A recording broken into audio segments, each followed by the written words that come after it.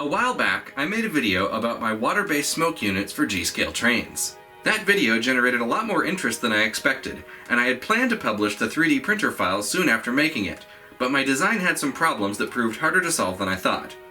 However, after nearly 4 years of tinkering on and off, I've finally made several major breakthroughs, and I figured it was time for an update. In case you haven't seen the first video, the idea here is to simulate steam using ultrasonic atomizer disks, the same kind found in small humidifiers. If you're not already familiar with these, I suggest you go watch my original video first, then come back to this one. Now, I'm definitely not the first person to think of using these in model trains, but when I made my original video, I'd only seen a small handful of other examples.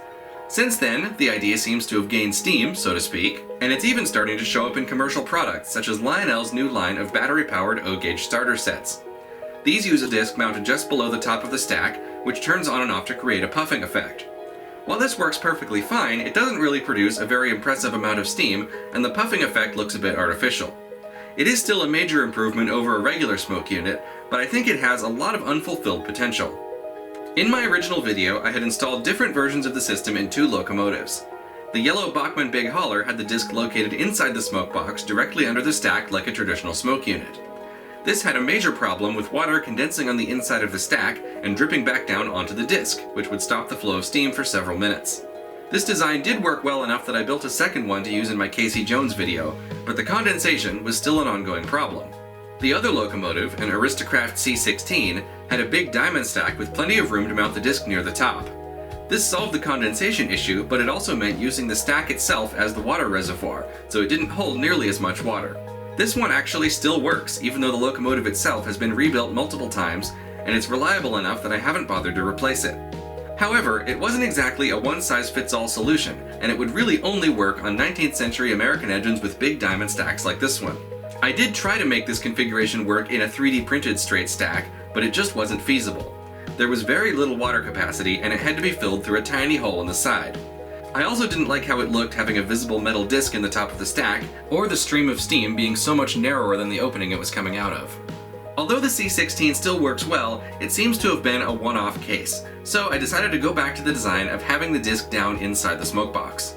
Solving the condensation problem turned out to be a simple matter of moving the disc out of the way of the drips. By mounting it at an angle and off-center, any water coming down the stack would fall right past it into the tank below. This also allowed it to be refilled by pouring water directly down the stack. This version worked decently well, but I had an idea about how to make it even better. Since the disc was now off-center, I had room to add a second one and double the steam output. For this version, I removed the baffle, assuming the streams would collide in the center and end up roughly vertical, which they did, but it was kind of going every which way instead of being propelled directly up, so it ended up lazily drifting out of the stack rather than being pushed out under pressure. This was the version I used in my Back to the Future video, and with the LEDs in the stack, it worked well for the colored flame effect that I wanted. However, for a more realistic version, I wanted the steam to come out with a bit more oomph. My next improvement was to remove the rubber rings around the outside of each disc.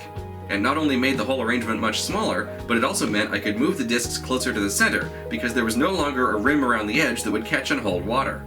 To solve the oomph issue, I put a thin vertical baffle in the center, redirecting both streams straight up, and added side baffles to prevent it from spreading out too much. This was a huge improvement on the previous iteration, and the steam now comes out much faster and looks more like an actual locomotive exhaust. Ultimately, the twin disc setup solves almost every problem I had with both of my original designs. The condensation isn't a problem anymore, it can be refilled through the stack, it produces plenty of steam, and it holds enough water for at least a half hour of runtime, possibly more. This version is designed to fit a Bachmann Big Hauler, but for other locomotives with smaller boilers, some dimensions would have to be adjusted. Thankfully, the mechanism is compact enough that there's room to make it significantly smaller. For now, the Big Hauler version is currently available to download on Thingiverse, so you can print one yourself. I've made a separate video on how to assemble and install it, linked in the description. Although I'm considering this project a success, it's only the beginning of what's possible with these devices, and I'm already having ideas for how to improve it. I also know for a fact that it's possible to fit it into HO scale models because TRS Trains over in the UK has been doing it for years. I'm currently experimenting with squeezing it into O scale models, and while it may be a while, I'm confident I will eventually be able to do it in HO. Anyway, that's about it for today. This project has been ongoing for a long time, but I've finally reached the point where I'm satisfied with it enough to publish the files, and I'm very excited to see what people do with it. Please subscribe, thank you for watching, and I will see you next time.